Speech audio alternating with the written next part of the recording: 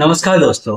क्या आपने कभी ये सोचा है कि हम सब इतने सालों से सिर्फ एक चीज क्यों सुनते आ रहे हैं कि बेटा अगर तुम्हारी गवर्नमेंट जॉब लग गई तो सब कुछ ठीक हो जाएगा।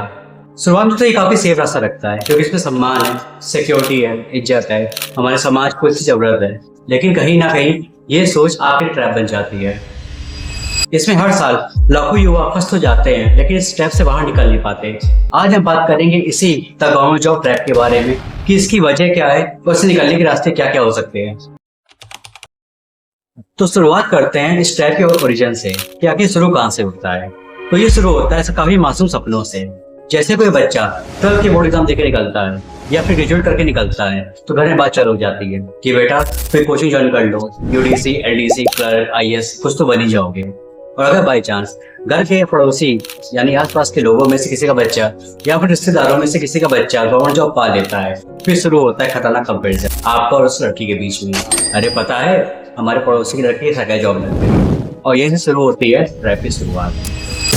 फिर बच्चा जाता है कोचिंग जहाँ मोटी मोटी किताबें होती है, लाखों की भीड़ होती है और एक ऐसा सिलेबस जो कभी खत्म नहीं होता। तो फिर बच्चा उस सपनों के पीछे दौड़ते दौड़ते एक दिन ऐसे मुकाम में पहुंच जाता है जहाँ पे ना उसके पास से वापस लौटने का रास्ता होता है ना आगे बढ़ने का।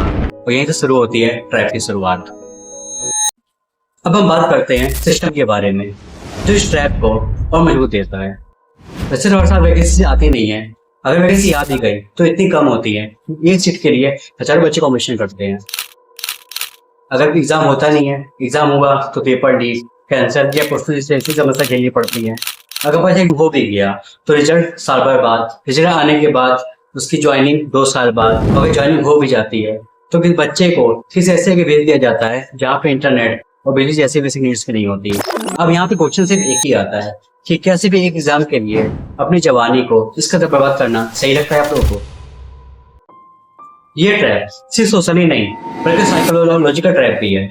और इसको साइकोलॉजिकल ट्रैप बनाते हैं ये 4 फैक्टर। पहला, सनक कॉस्ट फैलेसी, मतलब कि मैंने पढ़ाई को 3 से 4 साल दे दी है, अब मैं कैसे पीछे हट जाऊँ। दूसरा, आपके सोशल प्रेशर है कि मेरे आसपास वाले, मेरे रिश्तेदार, मेरे पड़ोसी मुझे क्या ताने देंगे कि नौकरी नहीं पा पाएगा। तीसरा, पेरेंटल एक्सपेक्टेशन, ऑलरेडी मेरे पेरेंट्स ने इतना सब कुछ अपना दांव पे लगा दिया सिर्फ मेरी नौकरी के लिए, अगर मैं पीछे हटता हूँ तो मैं उनकी वो उम्मीदों पर खरा नहीं कर पाऊंगा। और चौथा, लैक ऑफ स्किल, मतलब कि मैंने 4 से 5 साल दिए सिर्फ पढ़ाई के लिए और मेरे को स्किल तो बची नहीं सिर्फ इसके अलावा, तो मैं करूँ तो करूँ क्या। ये 4 ऐसे फैक्टर हैं जो किसी युवा को इस रास्ते में चलने में मजबूर कर देते हैं जबकि उसको पता है कि आगे जाके ना मुझे मंजिल मिलनी है और ना ही सुकून। अब हम आते हैं अपने मूल सवाल के ऊपर जहाँ से बात स्टार्ट की थी कि क्या सरकारी नौकरी सच में इतनी बुरी है? तो जवाब है नहीं। अगर आप देश सेवा के लिए पैशनेट है, लोगों से जुड़ना चाहते हैं, लोगों की जमीनी स्तर पर उतर के पता करना चाहते हैं तो आपकी बिल्कुल सही नौकरी है।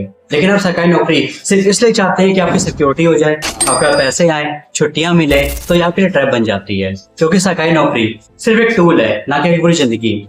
और कोई भी नौकरी अच्छी बुरी नहीं होती है। कोई भी नौकरी बुरी तब बन जाती है जब आप वो कर रहे होते हैं जो आपका मन नहीं होता।